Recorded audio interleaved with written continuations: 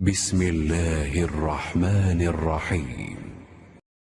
شروع اللہ کا نام لے کر جو بڑا مہربان نہایت رحم والا ہے۔ حضور اکرم صلی اللہ علیہ وآلہ وسلم نے ارشاد فرمایا، جس شخص میں یہ 3 باتیں ہوں گی وہ ایمان کا مزہ پالے گا۔ ایک یہ کہ وہ شخص جسے اللہ اور اس کا رسول ان کے ماں سوا سے زیادہ عزیز ہوں، اور دوسرے یہ کہ جو کسی بندے سے محض اللہ ہی کے لیے محبت کرے، اور تیسری بات یہ کہ جسے اللہ نے کفر سے نجات دی ہو پھر دوبارہ کفر اختیار کرنے کو وہ ایسا برا سمجھے جیسا آگ میں گر جانے کو برا جانتا ہے۔ صحیح بخاری حدیث نمبر 21۔ حضرت محمد مصطفیٰ صلی اللہ علیہ وآلہ وسلم نے فرمایا، جب جنتی جنت میں اور دوزخی دوزخ میں داخل ہو جائیں گے، اللہ پاک فرمائے گا جس کے دل میں رائی کے دانے کے برابر بھی ایمان ہو اس کو بھی دوزخ سے نکال لو۔ تب ایسے لوگ دوزخ سے نکال لیے جائیں گے اور وہ جل کر کوئلے کی طرح سیاہ ہو چکے ہوں گے، پھر زندگی کی نہر میں یا بارش کے پانی میں ڈالے جائیں گے۔ اس وقت وہ دانے کی طرح اگائیں گے جس طرح ندی کے کنارے دانے اگاتے ہیں۔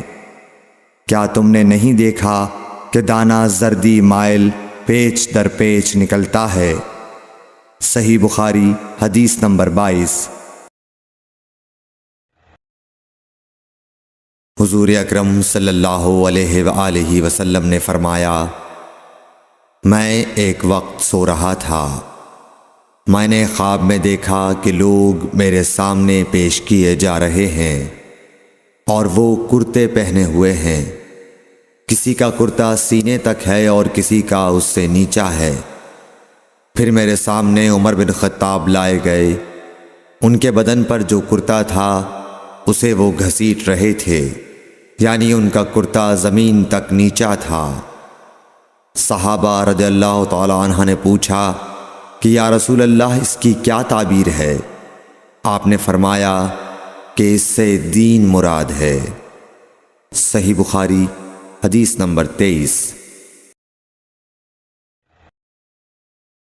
ایک مرتبہ رسول کریم صلی اللہ علیہ وسلم ایک انصاری شخص کے پاس سے گزرے، اس حال میں کہ وہ اپنے ایک بھائی سے کہہ رہے تھے کہ تم اتنی شرم کیوں کرتے ہو؟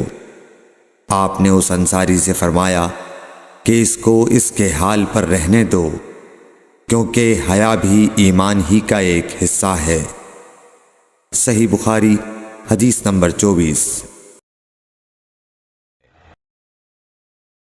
رسول اللہ صلی اللہ علیہ وسلم نے فرمایا، مجھے اللہ کی طرف سے حکم دیا گیا ہے کہ لوگوں سے جنگ کروں اس وقت تک کہ وہ اس بات کا اقرار کر لیں کہ اللہ کے سوا کوئی معبود نہیں ہے، اور یہ کہ محمد صلی اللہ علیہ وسلم اللہ کے سچے رسول ہیں، اور نماز ادا کرنے لگیں اور زکوٰۃ دیں۔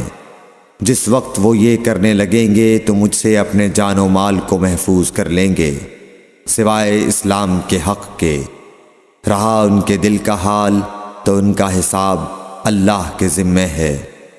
صحیح بخاری حدیث نمبر 25۔ رسول اللہ صلی اللہ علیہ وسلم سے دریافت کیا گیا کہ کون سا عمل سب سے افضل ہے؟ فرمایا، اللہ اور اس کے رسول پر ایمان لانا۔ کہا گیا اس کے بعد کون سا؟ آپ نے فرمایا کہ اللہ کی راہ میں جہاد کرنا۔ کہا گیا پھر کیا ہے؟ آپ نے فرمایا حج مبرور۔ صحیح بخاری حدیث نمبر 26۔ رسول اللہ صلی اللہ علیہ وسلم نے چند لوگوں کو کچھ عطیہ دیا اور سعد وہاں موجود تھے۔ وہ کہتے ہیں کہ رسول اللہ صلی اللہ علیہ وسلم نے ان میں سے ایک شخص کو کچھ نہ دیا، حالانکہ وہ ان میں مجھے سب سے زیادہ پسند تھا۔ میں نے کہا حضور آپ نے فلاں کو کچھ نہ دیا، میں اسے مومن گمان کرتا ہوں۔ آپ نے فرمایا مومن یا مسلمان؟ میں تھوڑی دیر چپ رہ کر پھر پہلی بات دہرانے لگا۔ حضور صلی اللہ علیہ وسلم نے بھی دوبارہ وہی جواب دیا۔ پھر آپ نے فرمایا کہ اے سعد، باوجود یہ کہ ایک شخص مجھے زیادہ عزیز ہے، پھر بھی میں اسے نظر انداز کر کے کسی اور دوسرے کو اس خوف کی وجہ سے یہ مال دیتا ہوں کہ وہ اپنی کمزوری کی وجہ سے اسلام سے پھر جائے اور اللہ اسے آگ میں اوندھا ڈال دے۔ صحیح بخاری حدیث نمبر 27۔ ایک آدمی نے رسول اللہ صلی اللہ علیہ وسلم سے پوچھا کون سا اسلام بہتر ہے؟ آپ صلی اللہ علیہ وسلم نے فرمایا کہ تو کھانا کھلائے اور ہر شخص کو سلام کرے، خواہ اس کو تو جانتا ہو یا نہ جانتا ہو۔ صحیح بخاری حدیث نمبر 28۔ آن حضرت صلی اللہ علیہ وسلم نے فرمایا مجھے دوزخ دکھلائی گئی تو اس میں زیادہ تر عورتیں تھیں جو کفر کرتی ہیں۔ کہا گیا حضور کیا وہ اللہ کے ساتھ کفر کرتی ہیں؟ آپ صلی اللہ علیہ وسلم نے فرمایا کہ خاوند کی ناشکری کرتی ہیں اور احسان کی ناشکری کرتی ہیں۔ اگر تم عمر بھر ان میں سے کسی کے ساتھ احسان کرتے رہو، پھر تمہاری طرف سے کبھی کوئی ان کے خیال میں ناگواری کی بات ہو جائے تو فوراً کہہ اٹھے گی کہ میں نے کبھی بھی تجھ سے کوئی بھلائی نہیں دیکھی۔ صحیح بخاری حدیث نمبر 29۔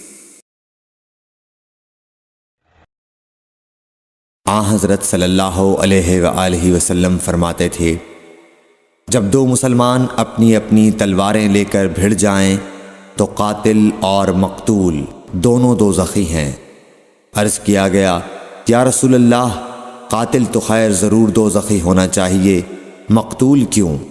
فرمایا وہ بھی اپنے ساتھی کو مار ڈالنے کی حرص رکھتا تھا، موقع پاتا تو وہ اسے ضرور قتل کر دیتا، دل کے عزم صمیم پر وہ دوزخی ہوا۔